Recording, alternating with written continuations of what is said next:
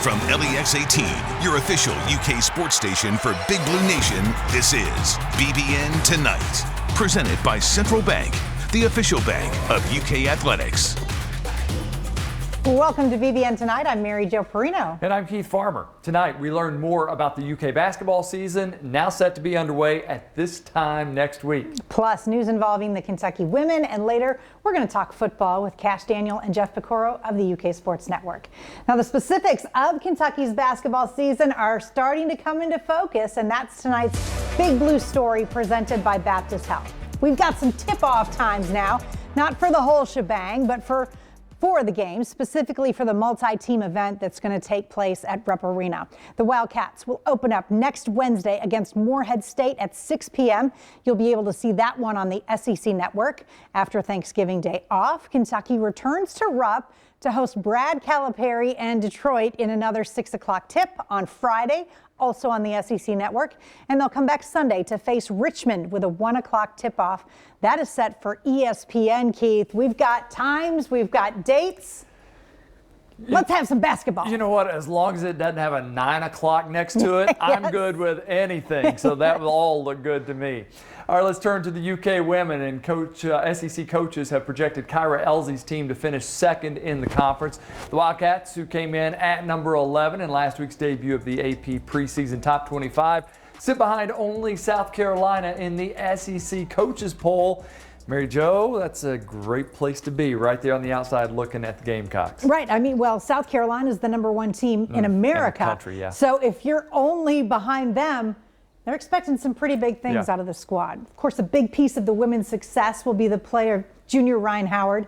Last year's SEC Player of the Year has been picked to repeat that performance. Howard is also on the preseason All-SEC team, the 2021 Naismith preseason watch list. Last week, Howard became the first Kentucky women's basketball player ever to be named a first-team preseason All-America by the AP. She has also been named a preseason All-American by Lindy Sports and one of 20 players to the Cheryl Miller Award preseason watch list. Keith, if there's an award out there, she's on the preseason watch list for it. And deservedly so. Yes. I mean, she's one of the best players I have ever seen in the women's game. And again, I know there's not going to be many tickets out there this year, but you are just not doing yourself a favor if you don't go watch her once in person, because she is a special, special player. All right, one more note from the women. Another piece will be added to this year's team. Auburn transfer and former five-star prospect Robin Benton has been ruled immediately eligible to play this season after transferring to Kentucky in April. And Mary Jo, that leaves Jasmine Massengill as the only other player that we're waiting to see if they can get in there. This is starting to become very special. And listen, Robin Benton averaged double figures for Auburn last year. Yes, she can come in right away and make a difference on a roster that's full already. Yes. All right, there's also news involving both men's and women's basketball in the SEC. The league has announced that it will implement the same cutting-edge proximity technology devices it has used during SEC football games for the upcoming basketball season. The Kinexon Safe Zone technology includes lightweight wearable devices called Safe Tags, designed to enhance COVID-19 contact tracing efforts. And Keith, it has worked in football. They've been able to trace people back and stay with the protocols. It's pretty amazing. I mean, it's just a little device that you wear somewhere, and they're able to tell who you're around. And so I think that is really big for when you're going on the road and you're playing some of these teams. Everybody's trying to do the right thing, but you never know who may have been somewhere they shouldn't have been and tested positive. Now you know how long you were around that person and whether you need to quarantine.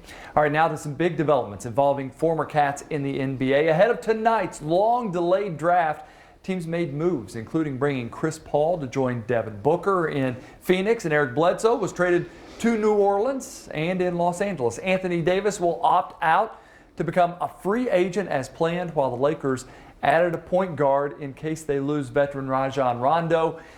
It's going to be a lot of fun to see where these former Wildcats end up tonight in the NBA draft. I think a lot of those pieces we saw there, I think they're pretty good fits as well for their new NBA teams. They are, but I do think Devin Booker wanted out of Phoenix. I thought so too. And I don't know that Chris Paul is the answer to making that organization and that team better right now. So I don't know. We'll see how that works out.